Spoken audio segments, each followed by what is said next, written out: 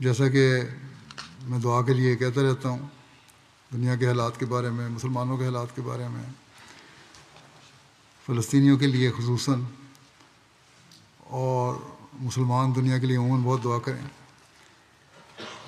ان کے حالات بظاہر تو یہ لگتا ہے لوگ خوش ہیں کہ شاید سیز فائر ہو گئی تو بہتر ہو جائیں گے، لیکن بد سے بدتر ہو رہے ہیں۔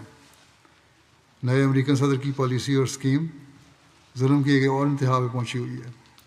پہلے تو امریکن کہتے تھے ہمارے ملک کے لیے خطرناک ہے اور باہر دنیا میں دخل اندازی نہیں کرتا، لیکن اب تو یہ ساری دنیا کے لیے خطرناک بن چکا ہے۔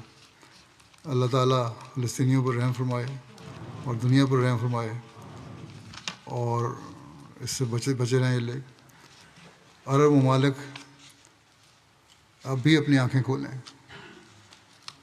اور اتحاد قائم کرنے کی کوشش کریں، اس کے بغیر گزارا نہیں ہے، ورنہ فلسطین ہی نہیں، باقی بھی عرب ممالک جو ہیں وہ بھی سخت مشکلات کا سامنا کریں گے۔ گوا بعض غیر مسلموں کی طرف سے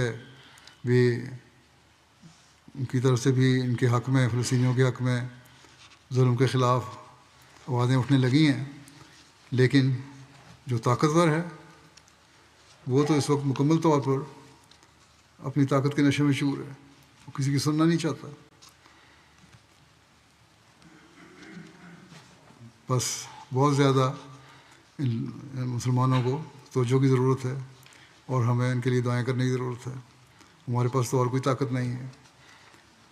اسی طرح پاکستان کے احمدیوں کے لیے بھی دعا کریں، ان کے بھی حالات بعض دنوں میں بہت زیادہ شدت اختیار کر جاتے ہیں مخالفت میں۔ بنگلہ دیش کے احمدیوں کے لیے بھی دعا کریں، وہاں بھی اللہ تعالیٰ ان کو ہر قسم کے مخالفتوں سے اور حملوں سے بچائے۔ باقی جگہوں پر بھی مظلوم لوگوں کے لیے دعا کریں، مظلوم احمدیوں کے لیے دعا کریں، اللہ تعالیٰ ان سب کو اپنے حفظ و امان میں رکھے، دنیا کو عقل دے، امن قائم کرنے کی توجہ پیدا ہو ان سب کی۔ اللہ تعالیٰ ہمیں دعاؤں کی توفیق دے۔